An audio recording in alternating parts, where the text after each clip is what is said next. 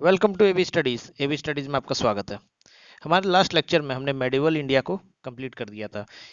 इस वीडियो से अब हम पढ़ेंगे मॉडर्न इंडिया के बारे में, लेकिन उससे पहले हम देखेंगे European advent in India, Bharat में यूरोपीय देशों का आगमन। अगर आपने हमारे पुराने लेक्चर्स नहीं देखे हैं तो जाकर देख लीजिए, उनका लिंक जो है वो आपको आई बटन में मिल जाएगा। इसके अलावा आप हमारे चैनल में जाके वहाँ प्लेलिस्ट बनी हुई है, वहाँ से भी उन वीडियोस को देख सकते हैं। हमने एंशियंट इंडिया से शुरू करके ऋग वैदिक पीरियड, लेटर वैदिक पीरियड को कंप्लीट करते हुए एंशियंट हिस्ट्री पहले हमने कंप्लीट की, उसके बाद मेडिवल हिस्ट्री को हमने पूरी तरीके से कंप्लीट किया, और अब जो है हम शुरू करने वाले हैं मॉडर्न हिस्ट्री ऑफ इंडिया। तो चलिए शुरू करते हैं वीडियो को। देखिए, ये था उस समय का यूरोप, और यहाँ पर है हमारा भारत। आखिर क्या जरूरत पड़ गई कि यूरोप में इतने दूर स्थित देशों को कि वो समुद्र के रास्ते होते हुए यहाँ भारत में आए और ट्रेड किया, और यहाँ पर जो है अपना शासन भी चलाया। आखिर इसके पीछे की पूरी कहानी क्या थी? तो आइए इसके बारे में एक ब्रीफ ओवरव्यू हम लोग ले लेते हैं कि क्यों वो लोग इतने दूर से घूम घाम के समुंदर उमुंदर इतना खतरा उठाते हुए भारत क्यों पहुंचे। तो देखिए, हमारा भारत जो है ये प्राचीन काल से ही यहाँ से काफ़ी चीज़ें बाहर के देशों में एक्सपोर्ट की जाती थी, और उसमें से जो प्रमुख हुआ करते थे यहाँ के मसाले, स्पाइसेस। देखिए, यूरोपीय कंट्री जो है ये काफ़ी ठंडे क्षेत्र होते हैं, यहाँ पर जो है मसाले भारत की तरह नहीं उग पाते हैं, जो कि भारत के जो फर्टाइल लैंड्स हैं इसमें जिस प्रकार के होते हैं, जैसे हमारे यहाँ जो केरला है जिसको कि मसालों की टुकड़ी कहा जाता है, वो सबसे प्रमुख था, जिसके कारण जो है यूरोपीय भारत में आए। तो अब समुद्र के रास्ते से आने की क्या जरूरत पड़ी, इधर तो भाई रास्ता था ही। तो देखिए, अर्ली टाइम में जो था, इस शुरुआत के दिनों में जो ट्रेड हुआ करता था वो लैंड के रूट से ही होता था। लोग इधर से जाते थे, यहाँ से आपका नीदरलैंड, यूरोप, और यूरोप में स्पेन, फ्रांस, सब में जो है यहीं से सामान्य पहुंचती थी। लेकिन बीच में क्या होता है कि 15 सेंचुरी के आसपास यहाँ पर एक अंपायर हुआ करता था, टर्की। टर्की अंपायर का जो है उदय होने लगता है, और टर्की अंपायर या ऑटोमन अंपायर भी उसको हम लोग कहते थे। उसका जब उदय होता है तो वो क्या, उसने क्या किया, रास्ता पड़ता था बीच में, उसके शहर से होकर जाने लगा, तो उसने बढ़ा दी टैक्सेस। जो भी यहाँ से लोग आते जाते थे, जो भी इस रूट से ट्रेड होता था, उस पर जो है वो मनमाने ढंग से टैक्सेस लगाने लगा, और अगर कोई टैक्स नहीं देता तो उसके लिए जो है रास्ता को, रोड को ब्लॉक कर दिया जाता था। तो इसीलिए जो है यूरोपियंस ने शुरू की खोज, किसकी, तो नए रास्ते की, भारत पहुंचने के लिए नए रास्ते की। अब सबसे पहले क्या होता है, देखिए, सबसे पहले भारत में आते हैं पोर्टुगीज। पोर्टुगीज के बाद भारत में आते हैं डच। डच यानी कि नीदरलैंड के लोग। इसको जो है आज तो नीदरलैंड कहा जाता है, लेकिन उस वक्त जो है इसका नाम हुआ करता था हॉलैंड। हॉलैंड के लोगों को या नीदरलैंड के लोगों को डच कहा जाता था। इसके बाद आए ब्रिटिशर्स, जिन्होंने पूरे भारत पर हुकूमत कर ली, भारत को गुलाम बना लिया। सोचिए, आए थे ट्रेड करने और भारत के लोगों को ही अपना गुलाम बना लिया। उसके बाद आते हैं डेनिश, डेनिश के बाद आते हैं फ्रेंच, और फ्रेंच के बाद जो है स्वीडिश लोग आए थे। लेकिन ये स्वीडिश जो है ये हमारे एग्जामिनेशन पॉइंट ऑफ व्यू से ज़्यादा इंपॉर्टेंट नहीं है, क्योंकि एनसीईआरटी में जो है वो फ्रेंच को ही आखिरी बताया गया है, और एग्जाम्स जो है वो एनसीईआरटी के रिप्रेजेंटेशन को ही मानती है, इसीलिए फ्रेंच तक ही याद रखना है। स्वीडिश जो है उसको आप जानकारी के लिए याद रख सकते हैं, लेकिन एग्जामिनेशन पॉइंट ऑफ व्यू से वो इम्पोर्टेंट नहीं है। तो अब देखिए, सबसे पहले क्या होता है, अर्ली 15 सेंचुरी में एक इंसान था, नाम था कोलंबस। कहाँ का निवासी, तो स्पेन का निवासी। कोलंबस कौन था, तो कोलंबस वही था जिसने सर्वप्रथम ये बताया था कि दुनिया गोल है। उसके पहले लोग समझते थे कि धरती जो है आलू के पराठे की तरह चपटी है, किनारे जाएंगे गिर जाएंगे नीचे। लेकिन कोलंबस ने जब अपनी जर्नी पूरी की थी तो उसने फिर बताया था कि, क्या बताया था, उसने बताया था कि धरती गोल है, और साथ ही उसने खोज की थी अमेरिका की। तो देखिए, कोलंबस निकलता है कहाँ से, तो कोलंबस निकलता है स्पेन, यहाँ रहा स्पेन।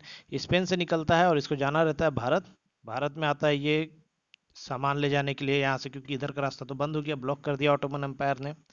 तो निकला, लेकिन क्योंकि उस समय उतने ज़्यादा सुविधा नहीं थी, और सबसे बड़ी बात, यूरोपियंस क्यों आ पाए थे भारत, तो उस वक्त जो है यूरोपियंस ही ऐसे लोग थे, मतलब यूरोप ही एक ऐसी कंट्री थी जिसने की खोज कर ली थी, किसकी, तो शिप की। इनके पास जो है पानी जहाज उस वक्त इन्होंने ईजाद कर लिया था, जिसके कारण ये आराम से समुंदर में घूमते फिरते रहते थे और इधर उधर आते जाते रहते थे। तो कोलंबस निकला, जहाज उठाया, चल दिया। लेकिन कंपास उम्पास उस समय उतने बढ़िया हुआ नहीं करते थे, तो आना था उसको इधर, लेकिन यहाँ की जगह वो आ गया इस तरफ, और पहुंच गया कहाँ, तो पहुंच गया अमेरिका। तो अमेरिका पहुंच गया, तो अमेरिका क्योंकि महाद्वीप है, चारों तरफ से पानी से घिरा हुआ है, तो उसने फिर जब वो वहां से वापस गया तो उसने बताया कि भारत जो है वो चारों तरफ से पानी से घिरा हुआ है। तो फैल गई खबर यूरोप में कि भारत चारों तरफ पानी से घिरा हुआ है।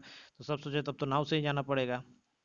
कोलंबस के वापस जाने के बाद, जो कि स्पेन का निवासी था, उसने क्या खोजा था कोलंबस ने? तो अमेरिका। ये question examination point of view से बहुत इंपॉर्टेंट है, एग्जाम में हमेशा पूछा जाता है कि अमेरिका की खोज किसने की। तो क्रिस्टोफर कोलंबस पूरा नाम था उसका, स्पेन का निवासी था। तो अर्ली 15th सेंचुरी में गया था अमेरिका, वापस आया, बता दिया क्या कि भारत चारों तरफ से पानी से घिरा हुआ है। उसके बाद जो है एक और इंसान, क्या नाम था? तो नाम था वास्को डेगामा। ये था पोर्टुगीज, पुर्तगाल का रहने का था। तो कोलंबस जब वापस आता है तो क्योंकि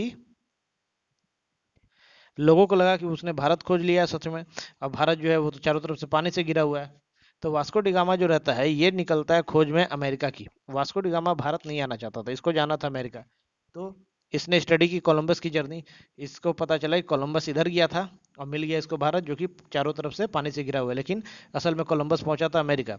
तो कोलंबस की जर्नी के मैप को स्टडी करते हुए वास्को डिगामा जो है आता है और बायां घूम जाता है, और यहाँ से घूमते हुए अंत में वो पहुंच जाता है भारत। और यहाँ पहुंचता है तब उसको पता चलता है कि भारत जो है चारों तरफ से पानी से नहीं बल्कि तीन ओर से पानी से घिरा हुआ है। जाना कहाँ था वास्को डिगामा को? तो अमेरिका, लेकिन पहुंच गया कहाँ? तो भारत। अब भारत पहुंचा तो सर्वप्रथम वास्को डिगामा आता है कालीकट में, केरल के कालीकट में। वहाँ जो है इसका स्वागत किया जाता है वहाँ के राजा के द्वारा। वहाँ कुछ दिन रहता है, अब रहा वहाँ पे कुछ दिन रहा, तो रहा होगा तो खाना पीना भी खाया होगा। खाना पीना खाया तो इसको खाने में बहुत मजा आ गया, स्वादिष्ट इसको खाना जैसा मिला वैसा इसको अपने देश पुर्तगाल में कभी नहीं मिला था। और कब आया था ये? मोस्ट इंपॉर्टेंट क्वेश्चन है। 1498, ये याद रखना, 17 मई 1498 को जो है वास्को डिगामा भारत में कालीकट पहुंचा था।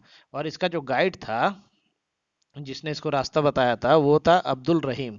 अब्दुल रहीम ने इसको गाइड किया था, भारत आने के लिए रास्ता बताया था। जाना था इसको अमेरिका, गाइड भी मिल गया इसको खत्म, उसने भी रास्ता बता दिया भारत का, आ गया ये भारत। तो पहुंचा यहाँ पे, कालीकट में रुका, खाना वाना खाया, मजा आ गया, ऐसा टेस्ट कुछ कभी दोबारा मिला नहीं था। तो इसने पता लगाया तो पता चला कि यहाँ के मसाले जो हैं वो स्पेशल होते हैं, खास करके काली मिर्च, उसी कारण खाना इतना टेस्टी बनता है। तो ये फिर वापस जाता है, तो वापस जाते समय ये अपने साथ लेके चल जाता है कुछ मसाले, और ये जब वहां जाकर बेचता है तो इसको लगभग 60 टाइम्स प्रॉफिट हो जाता है। तो मजा आ जाता है इसको कि भाई जितना खर्चा लगा था वो आने जाने का वो सब छोड़ के 60 गुना मैंने मुनाफा कमा लिया। तो फिर से आता है कुछ दिन बाद। तो ये सब हम लोग आगे डिस्कस करेंगे। तो अभी बस इतना जानिए कि कैसे आए थे। तो आप रूट देख लीजिए, इधर से चल गया कोलंबस, इधर बता दिया कि चारों तरफ है पानी। तो वास्को डी गामा को लगा इधर तो भैया भारत है, चलो इधर इधर गया, लेकिन जाना था अमेरिका, पहुंच गया कहाँ? तो भारत पहुंच गया। अब देखिए, क्रोनोलॉजी जो है ये काफ़ी इंपॉर्टेंट है, एग्जाम में हमेशा पूछती है। क्रोनोलॉजी हमें याद रखना है कि कब कौन और कैसे आए थे, पहले कौन आए थे बाद में कौन आए थे। तो सबसे पहले जो यूरोप देश के लोग थे वो पोर्टुगीज थे, जो भारत पहुंचे, पोर्टुगीज यानी कि पुर्तगाली। पुर्तगाली के बाद जो है डच आए थे। डच कौन होते हैं? तो डच जो हॉलैंड के रहने वाले थे। हॉलैंड क्या? तो आज का नीदरलैंड, उस वक्त इसको हॉलैंड कहा जाता था। अब हॉलैंड वाले के बाद में पहुंचे थे ब्रिटिशर्स, सबसे इंपॉर्टेंट। पूरे भारत को गुलाम बना लिया था, पूरे भारत पर राज करने लगे थे। इसके बाद आए थे डेनिस। डेनिस कौन? तो डेनमार्क के निवासी, डेनमार्क वाले लोगों को डेनिस कहा जाता है। और अंत में आए थे फ्रेंच। इसके बाद ये आए थे कौन? तो स्वीडिश, स्वीडन के। लेकिन ये ज़्यादा इंपॉर्टेंट नहीं है, इंपॉर्टेंट है एग्जाम पॉइंट ऑफ व्यू से, अंतिम जो है वो फ्रेंच ही को मानना है। देखिए आगे बढ़ते हैं। ये तो थी क्रोनोलॉजी, वो लोग कैसे भारत में आए थे। लेकिन अगर ये पूछा जाए कि कंपनी सेटअप की क्रोनोलॉजी क्या है, तो उसमें क्या है कि पोर्टुगीज के बाद ब्रिटिशर्स थे जिन्होंने कंपनी सेटअप की थी, और डच जो है उनके बाद उन्होंने कंपनी सेटअप की थी। आ तो गए थे, आया सामान लिया चल गए वापस अपने देश, वहां पे बेचा उचा, फिर प्रॉफिट कमाए, फिर आए, फिर सामान ले गए, ऐसा तो कर रहे थे। लेकिन कॉलोनिज्म की जो स्थापना है, कॉलोनीज बनानी जो शुरू हुई थी, या जिन्होंने अपनी प्लांट सेटअप करनी शुरू की थी इंडिया में, उसके पॉइंट ऑफ व्यू से देखा जाए तो ब्रिटिशर्स दूसरे नंबर पे थे, डच तीसरे नंबर पे थे। तो इसकी जो क्रोनोलॉजी है और डेट क्या है वो हम याद करते हैं। तो देखिए, सबसे पहले पुर्तगाली पोर्टुगीज ईस्ट इंडिया कंपनी की स्थापना की गई थी, जिसका हेडक्वार्टर कहाँ है? गोवा में बनाया गया था। स्टार्टिंग में ये केरला में था, वहीं पे क्योंकि कालीकट में आए थे तो उधर था, लेकिन बाद में इसको शिफ्ट कर दिया गया गोवा में। कब आए थे? तो 1498 में। कौन आया था? Vasco da Gama. उसके बाद दूसरी जो ईस्ट इंडिया कंपनी बनी थी वो बनी थी ब्रिटिशर्स की। इसका जो हेडक्वार्टर था वो क्या था? स्टार्टिंग में सूरत में बना था, गुजरात, क्योंकि वहीं आए थे।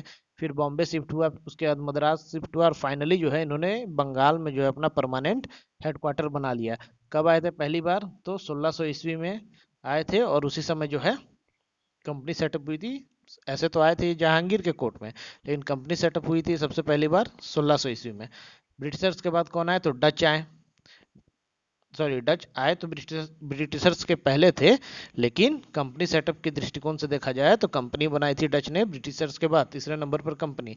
स्टार्टिंग में जो है इनकी हेडक्वार्टर या फिर सेंटर हुआ करता था पुलिकट, और उसके बाद लेटर इन्होंने हुगली में शिफ्ट कर दी थी, जो कि कर्नाटक में है। कब, कौन से साल में बनाई थी कंपनी? तो 1602 ईस्वी में। उसके बाद कौन? तो डेनिश। डेनिश कौन? तो डेनमार्क वाले। डेनमार्क वालों ने अपना हेडक्वार्टर कहाँ बनाया? तो बंगाल। देखिए, डेनमार्क वाले बंगाल बनाया, बाद में ब्रिटिशर जब बंगाल में आए उन्होंने इसको मारपीट के भगा दिया। जितने भी इनकी कंपनी कॉलोनीज थी सबको हथिया लिए। ये भी लोग भी ज़्यादा लड़ाई झगड़ा करते नहीं थे, शांति से आया, शांति से अपना सब कुछ बेच बाच के ब्रिटिशर्स को चल जाते हैं अपने देश वापस। कहाँ? तो डेनमार्क। कब बनाई थी कंपनी? तो 1616 ईस्वी में। और लास्ट और अंतिम थे फ्रेंच। फ्रेंच वाले जब आए थे, फ्रेंच ईस्ट इंडिया कंपनी की स्थापना की गई थी, तो स्टार्टिंग में उन्होंने सूरत में की। वहाँ हो गया ब्रिटिशर से कन्फ्लिक्ट। फ्रेंच लोग ही थे इकलौते जिन्होंने ब्रिटिशर्स को कुछ टक्कर दी थी, बाकी ये दोनों तो पहले से ही सटक गए थे। तो फ्रेंच आया, सूरत में की, सूरत में हो गए ब्रिटिशर से मार पिटाई। उस वक्त इनकी हालत अच्छी थी फ्रेंच की, तो ब्रिटिशर्स छोड़ के चल जाते मुंबई, और बाद में फिर इनको सूरत से निकाल देते हैं, और सूरत में जो है छोड़कर ये लोग चल जाते हैं पुडुचेरी। पुडुचेरी में अपनी हेडक्वार्टर बनाते हैं। उस वक्त जो है पुडुचेरी का नाम पांडिचेरी था। और ईयर कौन सा, कब हुई थी सूरत में इनकी फैक्ट्री सेटअप? तो 1664 ईस्वी में पहली फैक्ट्री सेटअप की गई थी। अब देखिए, एक नाम यहाँ से निकल के आता है, ईस्ट इंडिया कंपनी। तो ये लोग ईस्ट इंडिया कंपनी क्यों बोलते हैं? जैसे Portuguese east India company, British east India company, Dutch east India company, Danish east India company, तो इसका क्या मतलब होता है ईस्ट इंडिया कंपनी का? तो मैप में देखिए, एक मिनट थोड़ा इरेज कर देता हूँ। हाँ देखिए, यहाँ पर है यूरोप, और यहाँ पर है भारत। तो यूरोप के ज्योग्राफिकल इंडिकेशन के हिसाब से भारत जो है ईस्ट में है। तो क्योंकि भारत ईस्ट में था, इसीलिए यहाँ पर जो भी कंपनी उनकी बनाई गई, उन्होंने उसका नाम दे दिया ईस्ट इंडिया कंपनी। मतलब ईस्ट में है इंडिया, और वहाँ बना दी कंपनी, तो ईस्ट इंडिया कंपनी होगी। इसीलिए British east India company, Europe के जितने भी लोग हैं, जैसे French east India company, Portuguese east India company, सबका नाम जो है ईस्ट इंडिया कंपनी था। तो अब आगे बढ़ते हैं। क्रोनोलॉजी हमने देख ली, आने का क्रम भी देख लिया, कंपनी सेटअप का भी क्रम देख लिया। अब आगे जो है पोर्टुगीज के बारे में जानते हैं। देखिए, पोर्टुगीज पहला आदमी कौन? Vasco D gamma. आया किससे था? तो साउ डी गैब्रियाल इसके शिप का नाम था। Most important for SSC examination. काफी पूछता है कि वास्को डी गामा के जहाज का क्या नाम था जिससे वो भारत आया था? तो साउ डी गैब्रियाल। और जिस रास्ते से आया था, रास्ता कौन सा? तो रास्ता हो गया ये वाला। ये जो रास्ता था, ये इस रास्ते का क्या नाम था? इसको क्या नाम दे दिया गया इनके द्वारा? तो Cape of Good Hope. Exam में क्वेश्चन आता है कि वास्को डी गामा जिस रास्ते से भारत आया था उसका क्या नाम था? तो उसका नाम था केप ऑफ गुड होप। तो देखिए, वास्को डी गामा था जो कि कालीकट के तट पर आया था 1498 ईस्वी में, और उसके जहाज का क्या नाम था? तो साउडी गैब्रियल, और वाया होके आया था केप ऑफ गुड होप से। जब कालीकट पर पहुंचा तो वहां पर वहां के राजा का के द्वारा इनका वार्म वेलकम किया गया। वहां के राजा कौन थे? तो जमोरिन उस समय वहां के राजा थे, जिन्होंने वास्को डी गामा का स्वागत किया था। देखिए, ये सब अपने आप में क्वेश्चन है। क्वेश्चन सीधा आपसे पूछेगा, वास्को डी गामा का स्वागत किसने किया था? तो जमोरिन। वास्को डी गामा सबसे पहले कहाँ पर आए थे, किस तट पर आए थे? तो कालीकट में आए थे। इसके बाद जो है वास्को डी गामा सबसे पहले आने वाले थे। उसके बाद 1505 ईस्वी में आते हैं Francis de Almeida. Francis de Almeida आते हैं भारत में। वास्को डी गामा जो आए थे, वो केवल आए, मसाले लिए, चल गए, बेचे, फिर दोबारा आए, फिर मसाले लिए, और फिर चल गए। 3-4 बार वास्को डी गामा आए थे, जिसमें से अंतिम बार जब वो आए थे तो उनकी मृत्यु, मतलब डेथ हो गई थी इंडिया में। लेकिन फ्रांसिस डी अल्मीडा जो आए थे, ये आए थे यहाँ कोलोनिज्म करने के विचार से। तो ये आते हैं सबसे पहले, और इस्टेब्लिश करते हैं ट्रेडिंग सेंटर कालीकट, जहाँ से कि ये लोग अपना ट्रेड कर सके। और उसके बाद जो है कन्नौर और कोचीन में भी अपना सेंटर खोलते हैं। वहाँ के राजा से इजाज़त लेते हैं। शुरुआत में जो इतने भी यूरोपियन आए थे, वो आए थे और उन्होंने यहाँ के राजा को कहा कि हम लोग यहाँ से ट्रेड करेंगे, पैसे कमाएंगे, आपको टैक्स देंगे। और इसीलिए जो है इनको लैंड वगैरह दे दी गई, और इन्होंने अपनी कंपनी सेटअप की थी। लेकिन बाद में क्या हुआ? वही हुआ कि जिसने सांप को दूध पिलाया और उसने अपने मालिक को ही काट लिया, वही हिसाब किताब हुआ। बाद में आए, पहले हाथ जोड़े पैर जोड़े, यहाँ पर ट्रेड करने की परमिशन ली, फिर ये पैसे कमा लिए, अपनी सेना इकट्ठा कर ली, तो फिर यहीं पर कब्जा कर लिया और भारत के लोगों को ही गुलाम बना लिया। तो फ्रांसिस डी अल्मीडा कब आया? तो 1505 ईस्वी में आया। पहला गवर्नर था पुर्तगाल लोग का, पुर्तगालियों का पहला गवर्नर कौन? तो फ्रांसिस डी अल्मीडा। सबसे पहली जो अपने ट्रेडिंग सेंटर थी वो कालीकट में स्थापित की। उसके बाद कन्नौर और कोचीन में भी फैलाया अपने ट्रेडिंग सेंटर को। फिर 1509 ईस्वी में आता है अल्बुकर्क। अल्बुकर्क जो आता है वो फ्रांसिस डी अल्मीडा के बाद गवर्नर बनता है भारत में पुर्तगालियों का। और ये जो है गवर्नर बनने के बाद इसने क्या किया? बीजापुर के सुल्तान से की लड़ाई। बीजापुर का सुल्तान यानी कि गोवा का राजा, उससे लड़ाई करता है और गोवा को कैप्चर कर लेता है। इसके बाद जो है इनका परमानेंट सेंटर बन जाता है पोर्टुगीज का गोवा में, और परमानेंट कैपिटल हो जाती है गोवा में पोर्टुगीज की। देखिए पोर्टुगीज आए थे, पुर्तगाली आए थे 1498 में और गए हैं 1961 में। सबसे पहले आने वाले और सबसे लास्ट में जाने वाले यही थे, क्योंकि गोवा बहुत छोटा था तो ब्रिटिशर्स ने उसके ओर कभी ध्यान नहीं दिया उसको अपने अंडर मिलाने का, तो ये आराम से रहते थे। और 1961 में भी ये गए नहीं, इनको मार पीट के भगाना पड़ा। हमारी आर्मी द्वारा बाकायदा ऑपरेशन चला, ऑपरेशन विजय। तब बड़ी मुश्किल से लोग भागे, नहीं तो कब्जा करके बैठे हुए थे। आगे देखते हैं। देखिए 1515 में क्या होता है? अल्बुकर्क की हो जाती है मृत्यु। अल्बुकर्क की मृत्यु के बाद पुर्तगालियों के पास भारत में एक स्ट्रॉन्गेस्ट नेवल पावर हो गई थी, जिसके कारण इसके सक्सेसर जो थे उनको काफ़ी आसानी हुई अपने जो ट्रेड है या फिर अपना जो व्यापार है भारत में बढ़ाने के लिए। और अल्बुकर्क के द्वारा जो केप ऑफ गुड होप, क्योंकि वहाँ से सबसे पहले जो है उस रास्ते से, ये जो रास्ता था केप ऑफ गुड होप वाला, इससे सबसे पहले पुर्तगाली आए थे। तो इन्होंने क्या किया? इस रास्ते को ले लिया अपने अंडर में। और जो भी लोग यहाँ से आते थे उनको उनसे लिया करते थे ये लोग tax, road tax, toll tax लिया करते थे, जो भी बाद में वहां से आते थे। तो कमाई का एकदम खचाखच बढ़िया बढ़िया साधन इन्होंने खोज के रखा था। उसके बाद क्या होता है? तो अल्बुकर्क की तो हो गई मृत्यु 1515 में। फिर उसके सक्सेसर को मिल गया सत्ता। और उसके बाद जो है उसके बाद जो गवर्नर्स हुए उन्होंने गोवा के साथ साथ दमन, बॉम्बे, संथोम और मद्रास, इसके अलावा बंगाल में हुबली में भी अपने सेंटर स्थापित किए और ट्रेड को बढ़ाया। पोर्टुगीज पावर का जो डिक्लाइनेशन था, मतलब इनकी जो शक्ति थी वो कम होनी शुरू हो गई थी 16 सेंचुरी के अंत में, जब जो है ब्रिटिशर्स की कॉलोनीज बननी शुरू हो गई थी भारत में। उन्होंने सबको मारपीट के भगा दिया और सबको अपने में मिला लिया। ये यहाँ पर 16 सेंचुरी होगी, ये आप लोग पीडीएफ में करेक्ट कर लीजिएगा। अब देखिए पोर्टुगीज के बाद आते कौन है? तो डच। आने क्रोनोलॉजी में दूसरे थे। डच के बारे में क्या इंपॉर्टेंट रखना है? तो यही रखना है कि 1602 ईस्वी में डच ईस्ट इंडिया कंपनी की शुरुआत जो है भारत में की गई थी। और इन्होंने जो है पुर्तगालियों को स्टार्टिंग में हराया था। और पहली फैक्ट्री, डच की जो पहली फैक्ट्री है वो इन्होंने स्थापित की थी मसूलीपट्टनम में 1605 ईस्वी में। एग्जामिनेशन पॉइंट ऑफ व्यू से ये सारे चीजें काफी इंपॉर्टेंट है, ये अपने आप में क्वेश्चन है। क्वेश्चन सीधा पूछ देगा आपसे कि डच को है, डचों ने अपनी पहली फैक्ट्री कहाँ स्थापित की थी? तो मसूलीपट्टनम। किस ईयर में की थी? तो 1605। कब आए थे? तो 1602 ईस्वी में। तो ये सब काफ़ी इंपॉर्टेंट है एग्जामिनेशन पॉइंट ऑफ व्यू से। उसके बाद जो है 1605 में हो तो गई मसूलीपट्टनम में फैक्ट्री स्थापित। इसके बाद इन्होंने क्या किया? पुलिकट को अपना जो है मेन सेंटर बनाया। इनका जो प्रारंभिक हेडक्वार्टर था या स्टार्टिंग जो इनिशियली इन्होंने हेडक्वार्टर बनाया था वो बनाया था पुलिकट में। और उसके बाद नागपट्टनम में शिफ्ट कर दी थी अपने हेडक्वार्टर को। जैसे जैसे इनका रूलिंग एरिया बढ़ते गया, इनके अंडर में एरिया बढ़ते गया, तो अब जो सेंटर में पड़ रहा था नागपट्टनम, वहां पे कर ली कैपिटल स्थानांतरित। डच पावर जो है वो भी डिक्लाइन होना कब शुरू हुई? तो बैटल ऑफ बादरा के बाद में, जो कि 1759 ईस्वी में हुई थी, जब ब्रिटिशर्स द्वारा डचों को हरा दिया। देखिए ब्रिटिशर्स जो थे ना बहुत बदमाश थे, खत्म टाइप का जो इंसान होता है फालतू, वो थे। आए ट्रेड करने भारत में किया, जो लोग पहले से ट्रेड कर रहे थे देखा कि मोनोपोली हो रही है उसकी, कंपटीशन खत्म करना होगा, तो उनसे भी युद्ध किया। ये लोग जो है डच वगैरह, ये लोग आए थे ट्रेड के पर्पज से, उतनी बड़ी सेना थी नहीं इनकी, तो सबको हराते गए और पूरा कर लिया कब्जा। तो डच की भी हालत हो गई खराब। बेडरा की लड़ाई में 1759 ईस्वी में हरा दिया गया ब्रिटिश के द्वारा।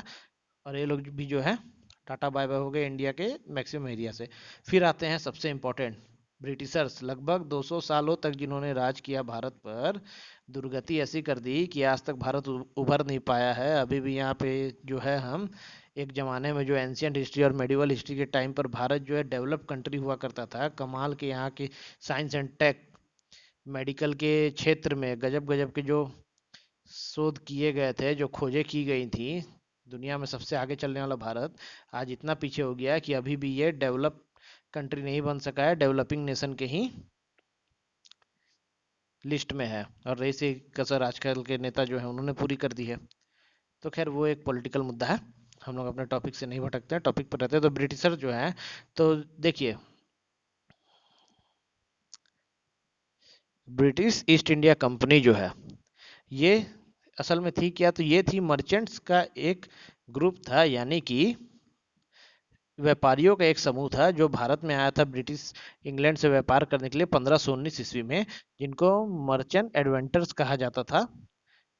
और इनके द्वारा ही भारत में ब्रिटिश ईस्ट इंडिया कंपनी की शुरुआत की गई थी।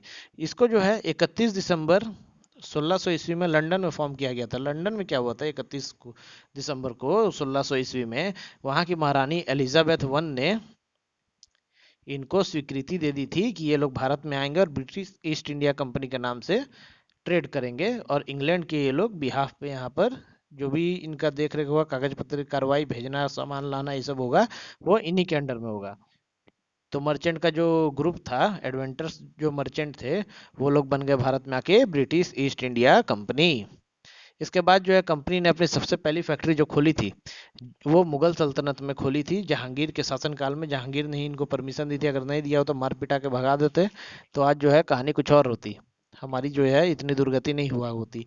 तो सबसे पहली फैक्ट्री इन्होंने खोली, कहाँ पर खोली, तो कारखाना अपना खोला सूरत में। सूरत क्योंकि उधर ही से आए थे, गुजरात के समुद्र तट पर पहुंचे थे, तो सामने मिला, तो वहां खोल दिया इन्होंने फर्स्ट फैक्ट्री अपनी। उसके बाद जो है कैप्टन हॉकिंस था, जो जहांगीर के कोर्ट में आया था और परमिशन लिया था ट्रेड करने का। खुली फैक्ट्री खोल दी, ट्रेड की परमिशन मिल गई। अब जो है इनका जो सबसे बड़ा राइवल पुर्तगाली, क्योंकि अभी तक फ्रेंच आए नहीं है, फ्रेंच आएंगे तो ये सबसे बड़े जो इनके राइवल्स हो जाएंगे वो बन जाएंगे फ्रेंच। अभी नहीं आए हैं, अभी क्या है, पोर्टुगीज। पोर्टुगीज ने अपना सब सेटअप बिछा दिया 1498, लगभग 100 साल पहले आए हुए थे, ये लोग आए 1599 में। तो उनका तो भाई जाल ज्यादा बिछा हुआ है, हाथ पर ज्यादा अच्छे हैं यहाँ पे। तो उनको अब हटाने की होने लगी साजिश ब्रिटिश में। तो युद्ध हुए, कई युद्ध है, आगे देखेंगे। उसके बाद जो 1612 ईस्वी में ब्रिटिश ईस्ट इंडिया कंपनी जो है बैटल ऑफ स्वाली में, सूरत के पास एक जगह है स्वाली, वहां पर युद्ध होता है पोर्टुगीज और ब्रिटिशर्स के बीच में, जिसमें ब्रिटिशर्स जो है बुरी तरीका से मार पीट के हरा देते हैं पोर्टुगीज को और एक छत्र राज कर देते हैं भारत पर अपना। उसके बाद जो है कैप्टन बस्ट जो था, कैप्टन हॉकिंस के बाद अगला जो वायसराय, गवर्नर, कुछ भी बोल दीजिए, जो इनका रिप्रेजेंटेटिव था, वो था कैप्टन बस्ट। ये जाता है जहांगीर के पास और ले लेता है उससे रॉयल फरमान। सबसे बड़ी गलती जहांगीर की, रॉयल फरमान या फिर शाही फरमान दे देता है ये कौन, तो जहांगीर कैप्टन बस्ट को। और सूरत में फैक्ट्री होती है सेटअप। इसके बाद काम्बिया, अहमदाबाद और गोवा में भी 1613 ईस्वी के होते होते ये लोग अपनी फैक्ट्री सेटअप कर देते हैं। फरमान में क्या था, तो फरमान में क्या था कि टैक्स फ्री ट्रेड करने की इनको आज़ादी मिल जाती है। जहाँ भी ये ऑफिस करना खोलना चाहे उसकी इनको स्वीकृति दे दी जाती है। और सबसे बड़ी बात, फोर्टिफिकेशन, फोर्टिफिकेशन करने की परमिशन दे दी जाती है जहांगीर द्वारा। फोर्टिफिकेशन मतलब ये लोग अपने कार्य के लिए वहां पर ऑफिस जैसे आजकल होते हैं वैसे किले बना सकते थे। और किले से क्या होता है, वो एरिया हो गया इतना, जितने मर्जी उतने बड़े जमीन में, एकड़ के एकड़ जमीन में इन्होंने बनाए किले। और अंत में क्या होता है कि मुगलों को ही भगाने लगे उन्हीं की जमीन से। ऐसे तो जमीन उनकी भी नहीं थी, जमीन तो भारतीयों की थी, लेकिन उस समय सत्ता में मुगल थे। तो हो गया क्या, तो 1613 में अहमदाबाद और काम्या में भी इनकी फैक्ट्री खुल गई। इसके बाद जो है फिर भी अंग्रेज जो है उनका पेट नहीं भरा, सेटिस्फाइड वो नहीं हुए। और 1615 में उनका एक नया एम्बेसडर आता है। अभी कौन था, अभी बस्ट था जिसने शाही फरमान लिया था जहांगीर से। अब उसके बाद आता है sir Thomas Roe. Sir Thomas Roe जो है वो फिर से आता है मुगल कोर्ट में, और उसके बाद फिर परमिशन लेता है, और कुछ उसमें लिखा पढ़ी में जो होते हैं, एडिटिंग होते हैं, और इनको और ज़्यादा खुले तौर पर व्यापार करने की परमिशन ये ले लेता है। अब रो जो क्या होता है, थॉमस रो जो था वो फिर लड़ता है पुर्तगालियों से, बोलता है इनको पूरी तरीके से भगा देना है। और उसके बाद हमें देखने को मिलती है भारत में हुई पहली नेवल बैटल, जो कि थी ब्रिटिशर्स और पुर्तगालियों के बीच। जो मेन कारण था थॉमस रो का हमला करने पुर्तगालियों पे, वो था केप ऑफ गुड होप, जो रास्ता था जिसको वास्को डिगामा ने खोजा था। उस पर जो इनके द्वारा टैक्स लिया जाता था, जो टोल टैक्स लेता था, उससे परेशान हो गया था। तो बोला टोल ही उड़ा देते हैं तो टैक्स किसको देना होगा। तो 1620 ईस्वी में भारत में होती है पहली नेवल बैटल, जिसमें कि इंग्लैंड के लोगों की, इंग्लिशमैन्स की जीत हो जाती है और पुर्तगाली बुरी तरीके से हार जाते हैं। फिर 1662 ईस्वी में पुर्तगाल की जो राजकुमारी थी उसकी शादी हो जाती है चार्ल्स टू जो था, ये चार्ल्स द्वितीय जो था, ये ब्रिटेन का राजा था। और बॉम्बे जो हमारा आज का मुंबई है, ये पुर्तगालियों द्वारा दहेज में दे दिया जाता है। किसको? तो ब्रिटिशर्स को। देखिए हमारे शहर को, पूरे के पूरे बॉम्बे को दहेज में दे दिया ब्रिटिशर्स को। ना देने वाले का था ना लेने वाले का था, फिर भी क्योंकि सत्ता में थी, ताकत थी इन्हीं के पास, तो ले लिया। तो बॉम्बे जो हो गया वो भी मिल गया ब्रिटिशर्स को। साथ ही साथ बॉम्बे का पोर्ट भी काफ़ी बड़ा है, तो वो भी व्यापार के लिए बहुत अच्छा। फिर इसके बाद क्या होता है कि पुर्तगाली जो होता है अपने सारे पोजीशन जो थी, बचा खुचा बॉम्बे था, वो भी हार जाती है ब्रिटिशर्स के अलावा, केवल गोवा को छोड़ के पुर्तगालियों के हाथ में केवल रह जाता है गोवा। और वहां से तब तक नहीं भागते हैं जब तक इंडियन आर्मी ने मार पीट के नहीं भगाया उनको। और दमन एंड दीव भी उनके पास रह जाता है। छोटे छोटे इलाके जो है दोनों, गोवा और दमन एंड दीव, इस पर कभी ब्रिटिशर्स का ध्यान नहीं गया, इसलिए बच गया। फिर होती है पलासी की लड़ाई, खतरनाक लड़ाई, turning point of Indian history, जिसके बाद भारत पूरा का पूरा गुलाम हो गया अंग्रेजों का। उसके पहले जो है अंग्रेज केवल करते थे ट्रेड, फोर्टिफिकेशन किया था, कई इलाकों को अपने अंदर लिया था, लेकिन जो इनका मेन आधिपत्य स्थापित होता है, जिसके बाद ये पूरे रूलिंग पावर में आ जाते हैं, पूरी सत्ता चलाने लगते हैं, वो थी पलासी की लड़ाई। पलासी की लड़ाई जो है ये हुई थी सिराजुद्दौला, जो कि बंगाल के नवाब थे, उनके और अंग्रेजों के बीच। इसके बारे में हम आगे के लेक्चर्स में पढ़ेंगे। आज क्योंकि हम एक डिस्क्रिप्शन देख रहे हैं एडवेंट ऑफ यूरोपियन एम्पायर का भारत में, और आगे से जब हम अगले लेक्चर से जब शुरू करेंगे वन बाय वन सारे टॉपिक को, तब हम पढ़ेंगे पलासी की लड़ाई को पूरे डिटेल में। लेकिन एक ओवरव्यू ले लीजिए कि पलासी की लड़ाई हुई क्यों थी। तो स्टार्टिंग में देखिए, स्टार्टिंग में क्या होता है कि अंग्रेज चाहे कोई भी यूरोपियन जो लोग थे, वो जब भारत आए थे तो उनका जो मकसद था, जो उनका मेन एम था, वो यहाँ पर कभी भी रूल करना नहीं था। रूल करना उनका मकसद कैसे बना, उनका जो एम कैसे बना, तो इसके पीछे की कहानी ये है कि उन्होंने देखा कि मुगल साम्राज्य का उस वक्त आधिपत्य था मैक्सिमम एरियाज में। बस केवल दक्षिण के भाग जहाँ पर मराठा रहते थे, वो एरिया जो है उसको छोड़कर बाकी इलाकों में मुगल साम्राज्य ही शासन कर रहा था। और आलमगीर, जिसकी मृत्यु हो जाती है 1707 ईस्वी में, या औरंगजेब, और असली नाम, जो अपने आप को जिंदा पीर भी कहता था, उसके बाद कोई भी मुगल शासक उतना इफेक्टिव या कैपेबल नहीं था कि वो अंग्रेजी जिससे डरे। तो उसके बाद अंग्रेजों के हाथ पर जो है इधर उधर भागने लगे। उनके कान खड़े हो गए कि अब तो भाई यहाँ कोई बड़ा राजा है नहीं। तो क्योंकि राजाओं को टैक्स दिया जाता था ट्रेड करने के लिए, सामान यहाँ से ले जाने के लिए, तो उन्होंने सोचा कि ये तो हमसे कमजोर है भाई, इसको तो हम हरा देंगे। लेकिन अंग्रेज के पास थी सेना कम, तो वो डरते थे लड़ने से, और यहाँ के राजाओं के पास थी सेना ज़्यादा। अब क्योंकि वो कहीं दूर से आए हैं तो जाहिर सी बात है उनके लोग कम ही होंगे। जितना बड़ा हमारा आज का उत्तर प्रदेश है, उससे छोटा तो पूरा इंग्लैंड है। तो जितना उनके पूरे देश में नहीं होगा, हमारे यहाँ सिर्फ यूपी में उससे ज़्यादा लोग रहते हैं, तो कहाँ से वो जीतते। लेकिन क्या होता है कि एक अच्छा राजा जब नहीं होता है तो उसकी कॉन्फिडेंस, लैक ऑफ कॉन्फिडेंस के कारण ही पलासी की लड़ाई में हार होती है सिराजुद्दौला। सिराजुद्दौला के पास जो है उस वक्त 50,000 लोगों की सेना थी, जिसमें से लगभग 20,000 कैवलरीज थे, वॉर एलिफेंट्स थे, और 25 से 30 हजार इसके पास इन्फेंट्रीज थी। लेकिन और अंग्रेजों की सेना थी केवल 3,000 की। लेकिन फिर भी ये हार जाता है। इसमें कुछ कारण इंटरनल रिवॉल्ट का भी होता है। इसका जो जनरल रहता है मीर बख्शी, उसने कर दिया था रिवोल्ट। रिवोल्ट क्या किया था, पार्टी बदल ली थी, अंग्रेजों की तरफ चल गया, तो वो भी एक कारण था। लेकिन मेन कारण लैक ऑफ कॉन्फिडेंस था।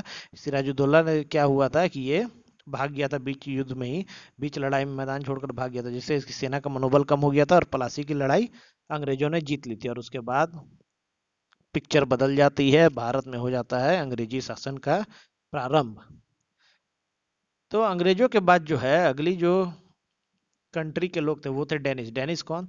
तो डेनिस यानी कि डेनमार्क के रहने वाले।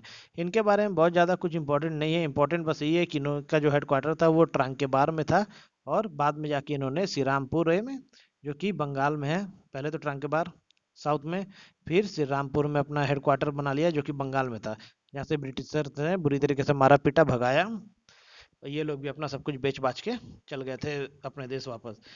क्या कारण था? देखिए, भारत में खुद को मजबूत करने में विफल रहे, और 1845 में ही अंग्रेजों को फैक्ट्री उक्ट्री बेच बाच के जो पैसा हुआ बचा लेके निकल लिया। इसके बाद आते हैं फ्रेंच, दूसरे सबसे पावरफुल भारत में आने वाले यूरोपियन, इन्होंने सबसे तगड़ी टक्कर दी थी किसको, तो ब्रिटिशर्स को। देखिए फ्रेंच जो थी, फ्रेंच ईस्ट इंडिया कंपनी, वो कॉलबर्ट के द्वारा फॉर्म की गई थी। फ्रेंच के गवर्नर कॉलबर्ट थे। कब, तो 1664 में, 1664 ईस्वी में कॉलबर्ट के द्वारा फ्रेंच ईस्ट इंडिया कंपनी की स्थापना की गई थी भारत में। इसके बाद जो है इनकी पहली जो फैक्ट्री थी वो इन्होंने बनाई थी सूरत में। और उस वक्त जो इनके गवर्नर थे वो कौन थे, तो फ्रांकोइस कैरोन के द्वारा बनाई गई थी 1668 ईस्वी में सूरत में इनकी पहली फैक्ट्री। इसके बाद इन्होंने मारकरा और मसूलीपट्टनम में भी अपनी फैक्ट्री बनाई, जो कि दोनों 1669 ईस्वी में थी। ये सारे डेट्स काफ़ी इंपॉर्टेंट है। इवन अगर आप एसएससी के अलावा यूपीएससी के भी एग्ज़ाम दे रहे हैं तो उसमें भी ये आपको काफ़ी हेल्पफुल साबित होंगे। आपको डेट, टाइम और किसने बनाया और कहाँ बनाया है, ये एकदम फिंगर टिप्स पर याद होने चाहिए। अगला देखिए उसके बाद क्या होता है। कॉलबर्ट तो आया, उसने यहाँ पर स्टार्टिंग कर दी फ्रेंच रूलिंग की। उसके बाद फ्रांकोइस कैरोन आता है, 1668 ईस्वी में बना देता है पहली फैक्ट्री सूरत, गुजरात में। सूरत को भारत का मैनचेस्टर कहा जाता है, इन्हीं सब कारणों से कहा जाता है। काफ़ी फैक्ट्रियाँ बनी थी पहले स्टार्टिंग पीरियड में, और आज भी वहाँ पर काफ़ी हैं। हीरो के लिए खास फेमस है। फ्रैंकोइस कैरोन ने कब स्थापना की, तो 1668 में। और आगे चलकर मरकरा और मसूलीपट्टनम में भी खोल देते हैं अपनी क्या, तो ऑफिस। कब, तो 1669 ईस्वी में।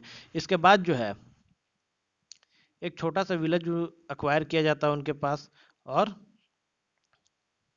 उसका नाम क्या होता है, तो वालिकोंडापुरम नाम होता है, जो कि फ्रैंकोइस मार्टिन और बेलेंजर डी लेप्सिनो ने कॉन्कर किया था या कब्जा किया था 1673 ईस्वी में। और आगे चलकर उसी को जो है डेवलप कर दिया जाता है, किस नाम से, तो पौंडीचेरी, आज का पुडुचेरी, जहाँ पर इन्होंने अपनी हेडक्वार्टर बनाई थी या फिर सेंटर बनाया था। इसके बाद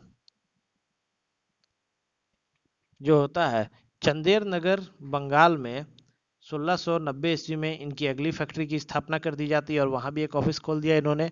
और जो थी फ्रांस की जो शक्ति थी या फ्रेंच पावर का डिक्लाइनेशन शुरू कब होता है, तो मेनली जो है ये 1706 से 1720 ईस्वी के बीच में हुआ था। क्योंकि उस वक्त इनका सीधी भिड़ंत हुई किससे, तो ब्रिटिश ईस्ट इंडिया कंपनी से। French east India company, France के लोग, और ब्रिटिश ईस्ट इंडिया कंपनी, अंग्रेज, इंग्लैंड के लोग, इनके बीच में हुई लड़ाई। और फाइनली जो है 1720 में पूरे तरीके से अंग्रेजों द्वारा हरा दिया गया फ्रांसीसियों को, और एकमात्र जो है ताकतवर यूरोपियन बच गए थे भारत में, अंग्रेज। अब देखिए फ्रेंच और ब्रिटिशर्स के बीच के बारे में कुछ हम लोग कॉन्फ्लिक्ट के बारे में जान लेते हैं। सबसे पहले तो बात है,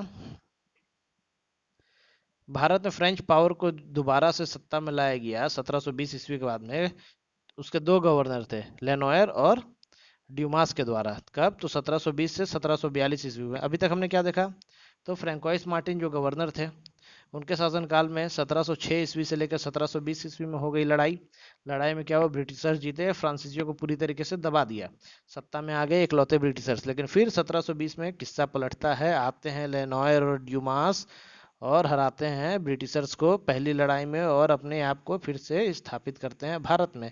फिर से ऑक्युपाइड करते हैं। कहाँ ऑक्युपाइड करते हैं, तो मालाबार तट छीन लेते हैं। कोरोमंडल तट में यनम जो है उसको ले लेते हैं। मलाबार तट में किसको लेते हैं, तो माहे में अपना जो है शक्ति को अपनी स्थापित करते हैं। कोरोमंडल तट में यनम में करते हैं। कब करते हैं, तो 1725 ईस्वी में।